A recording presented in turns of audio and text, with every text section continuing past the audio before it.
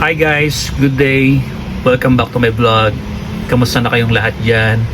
Pasensya na kung ngayon ko na lang ulit kayo nabalikan. So finally, after a while, nagkaroon tayo ng pagkakataon na makapag-vlog uli. And for today's video, makakapag-review tayo ng isa na namang trending na bola dito sa Pinas pagdating sa mga street bowlers or even ligan labas, no?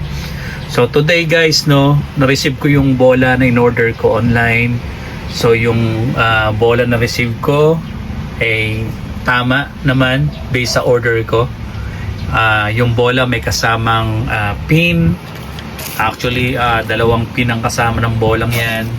May kasamang pambomba and may kasamang net ng bola as well, no?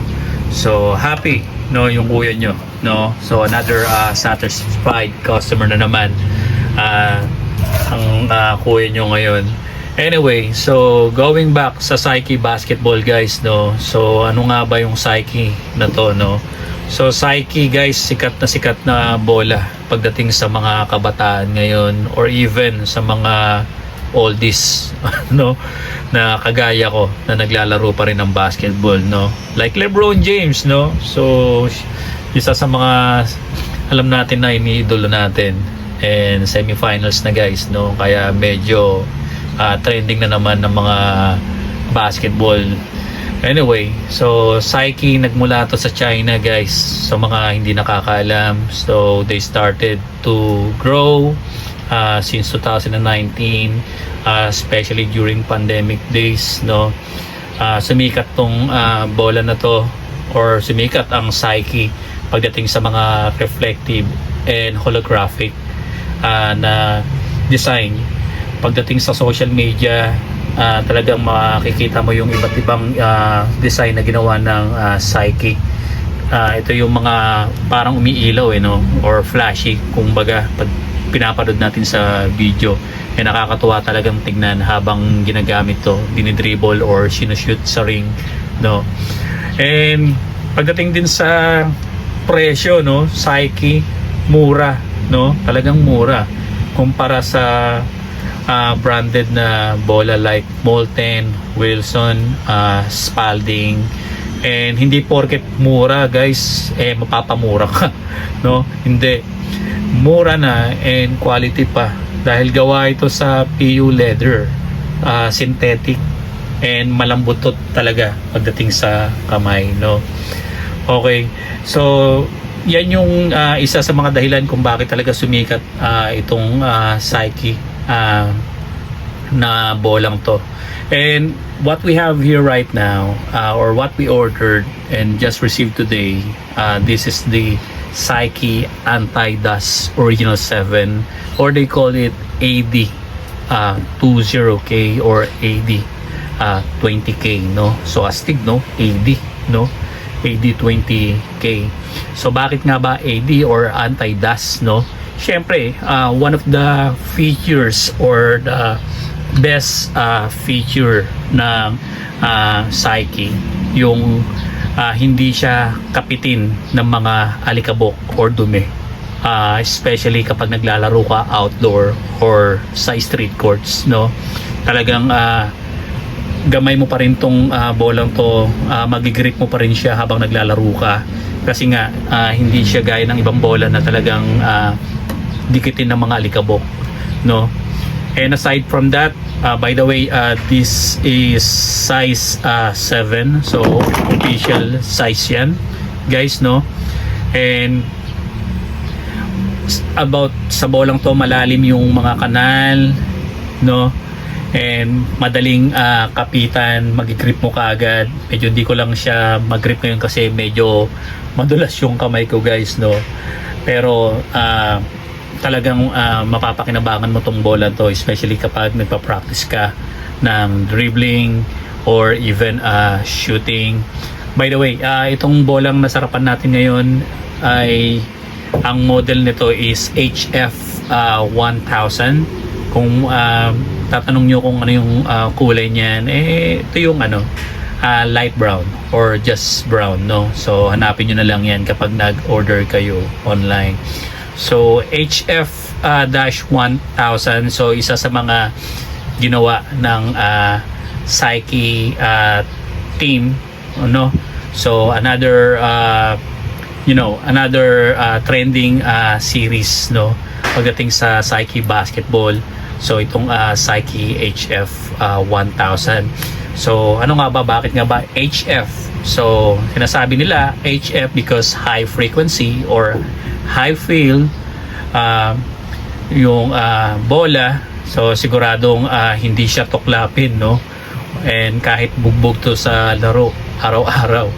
And bakit may number 1000? Siyempre convention, naming convention to sa mga sikat na brand, gaya ng Spalding at TF 1000.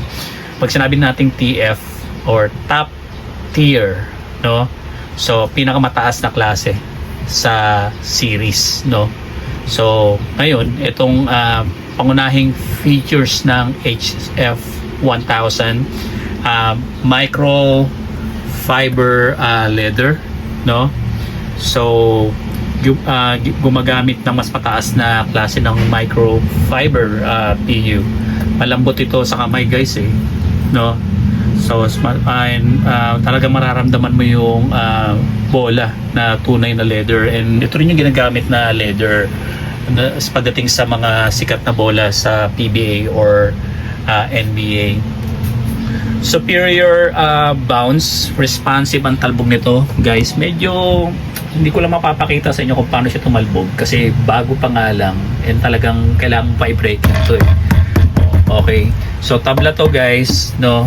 Tabla yan na kahoy, and talagang makikita mo naman na bouncy naman na siya.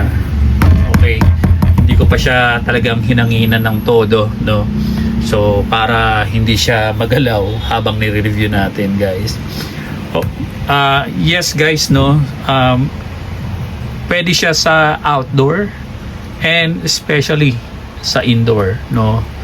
So nowadays marami ng bagong court ngayon, no. Puro indoor na nga yung ginagawa ng mga public officials for their projects. Every barangay nakatabla na, no, indoor na. And itong bolang ito talagang compatible pagdating sa mga indoor courts, no. So HF 1000 actually nakapokus to sa performance and comfort as well. Kung gusto mo ng bolang talagang grip mo masarap sa kamay, ito na nga yung bolang hinahanap mo, no. Well, guys, no, so HF 1000 pagdating sa presyohan, hindi ito mahal, no. Kahit napaganda ng quality nito, talagang mura, no. And talagang abot kaya, guys, no. Kaya nga napabili rin ako, and gusto ko na uling maglaro ulit ng basketball, no. So microfiber, no, PU, pwede sa indoor, pwede sa outdoor, and pagdating sa outdoor, weather resistance din to. Hindi ito sumisipsip ng tubig gaya ng tunay na leather. Kaya kahit pawisan ng bola o mahulog sa basang sahig, hindi magbabago ang bigat na or texture nito. Isa pa sa mga gusto ko sa bola nito, yung sinasabi nilang abrasion resistance. Yung ang finish ng HF 1000 talagang makapal and matibay, no.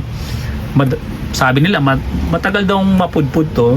Well, titingnan natin, reviewin din natin to kung gaano nga talaga katagal mapudpud to. And aside from that, yung heat tolerance, hindi ito madaling lumutong. No, napakalaga nun pag naglalaro ka outdoor or napabayaan mo sa labas yung bola mo, 'di ba? Kadalasan lumulutong, nagka-crack.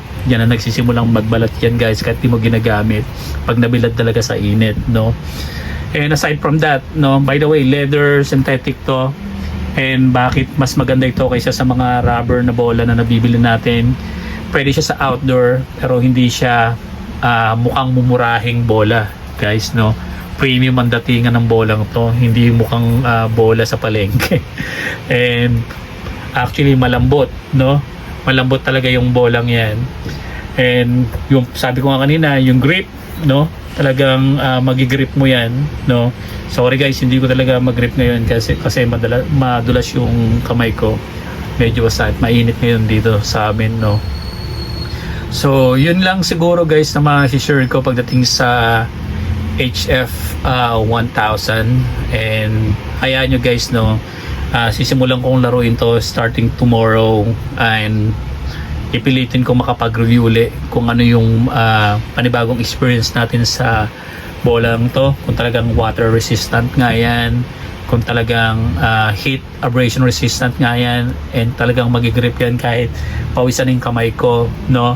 So again guys, before we conclude, tandaan nyo, ito ang pros ng bolang to, napakamura pagdating sa ganitong quality. Kung mapapansin nyo, premium ang datingan ng bolang to, no?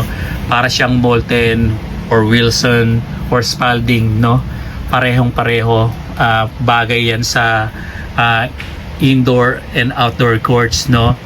So yung cons lang siguro na sinasabi nila rito, kailangan lang talaga daw i-break in kasi sa una medyo matigas pa, no, kapag nilaro mo, and mas mabilis mapudpod ang leather feel sa semento kumpara sa purong rubber balls, yun ang sabi, no? Pero malalaman natin guys.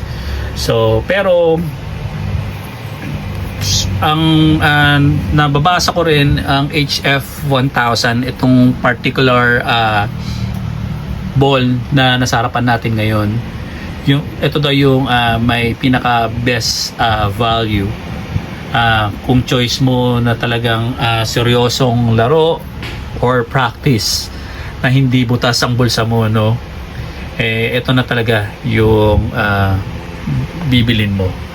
Yun lang muna guys, no. So para masubukan natin tong Psyche ball.